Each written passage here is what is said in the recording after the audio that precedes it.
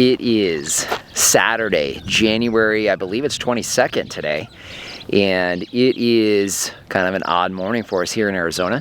We have a few sprinkles. I can see some rain up against the White Take Mountains back that way. Maybe you can pick that up. But I know we're supposed to be cloudy all day. I just didn't know there was going to be rain. One of the things I wanted to show you guys is right here. This is one of our Florida Prince peach trees. We have 4 of them that go back this way. Now, you guys may know we've been doing our pruning series here this year, and we started with these Florida Prince peach trees. And in that video, I explained the reason why we start there, and that's because they are the first trees to break bud. And here we are, January 22nd of 2022, and check this out.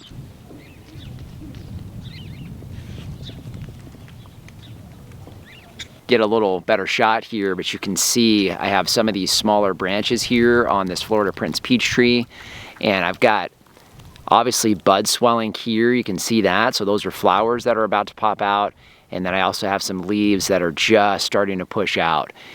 Now, I didn't see this a few days ago, but we've had some pretty consistent 70-degree weather, which is very typical for us. And I can tell you, this is very, very typical for us to have these Florida Prince peach trees starting to get a bud swell. It's crazy as early as this is, but this is one of the reasons why it's so important that you get your peach tree pruning done very, very early in January, or at least by now, because peaches are not far away. Speaking of pruning, we have our Shangri-La mulberries behind us here. Last year we did our pruning video on these particular trees, so we're not going to go into too much detail today into what cuts we're going to be making here as you guys watch us. But what I want to show you is what we're going to be doing with the material after we're done pruning. Now, I should mention, we are going to be donating basically all of our excess cuttings to Reed at RSI Growers. He's going to finally have some mulberries available, hopefully, if he can get these things to bud out. So we are going to keep quite a bit ourselves. Everything else we're going to donate to him, and hopefully we'll have some trees available for all you guys out there, because I know this tree in particular is a fantastic producer. It can be hard to find, and when you do find it, it's generally pretty expensive. But now what we're going to do is Lori and I are going to go ahead before we get rained on and try to get the pruning done on these trees, and then we're going to show you a lazy man's way of rooting these cuttings. At least we hope they'll root. We'll see.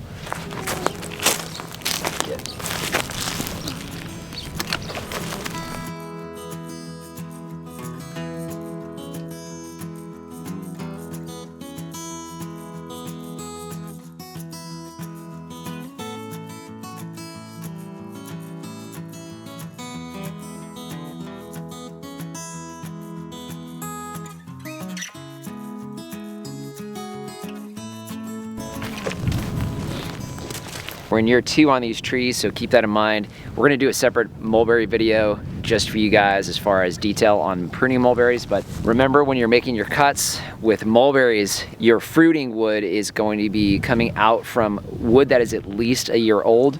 So even the trunk, even the really old wood, any new growth that comes out, that's where you're gonna get your fruit. So you can see it took a lot of material off this. I'm still establishing the scaffold branches. I have my harvesting notch that's basically up here, almost perfectly north on the tree, so I can get up in here and get harvesting done. But we have cuttings from this tree. I want to show you really quick what we're going to be doing here on the farm to hopefully be growing some new fruit trees.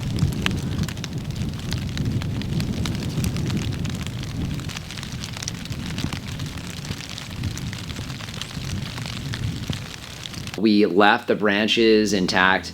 It's pretty easy to tell the direction of the buds on a mulberry tree, but we just wanted to make sure we knew the direction of the buds. We're going to be looking at taking cuttings that are about a foot long or so about 12 to 14 inches. And diameter wise, this is probably about a 1/2 inch diameter or so.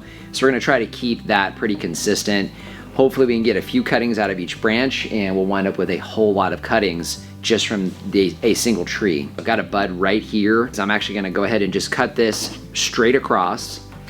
So I wanna go ahead and seal this cut here at the top. So I've got just some, I think it's called parafilm or something like that. It's basically for, well, what we're doing.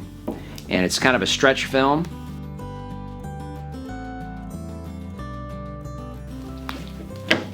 Basically just trying to keep as much moisture in the cutting itself as we can here at the top. Next thing I'm gonna do is I'm gonna basically take and get a nice angled cut on the bottom. The goal is to get rooting out of the sides of this cut, as well as on these nodes. I have several nodes that will be underneath the material that we have in the bed outside. So this one is basically ready to go. It started raining, so what we're gonna do in here is kind of get several of these prepped, and then if the rain stops, we'll sneak out and show you what we're gonna be doing to do the lazy man's way of rooting out cuttings here in the desert. We have the cuttings. They're actually sitting in a little bit of vitamin B1. So about 4 tablespoons of vitamin B1 mixed into about a gallon of water is at the bottom of this bucket. Before we get these planted into this bed behind me is we're gonna be using the Garden Safe Take Root. This is the rooting hormone that we prefer to use. I've had really good success with it. It's a powder, so it's very easy to just use a brush and brush it onto the cutting and then get it down into the soil. Nothing too complicated here as far as how to get these in. We're basically just gonna put the rooting hormone at the end of the cutting and then jam it down into the ground.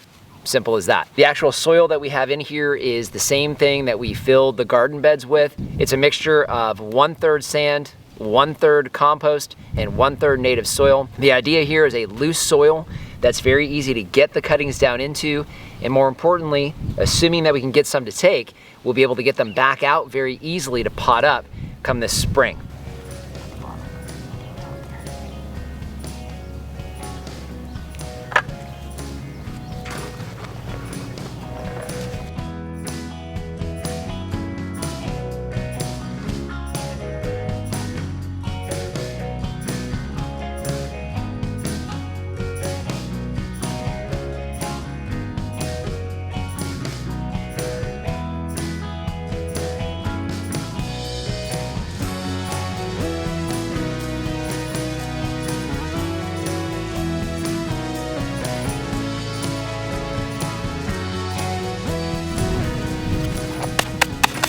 You can see we're keeping them nice and tight.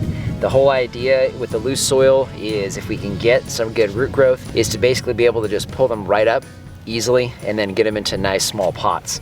I think we definitely probably could have made these just a little bit shorter. I don't know that we needed them quite this long.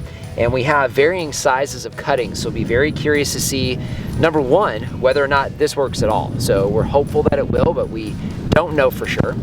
And then number two, have some different types of cuttings in here. Sizes, I have a couple that have some branching, and obviously there's some that are a little bit longer than others, as you can see back there with that last one.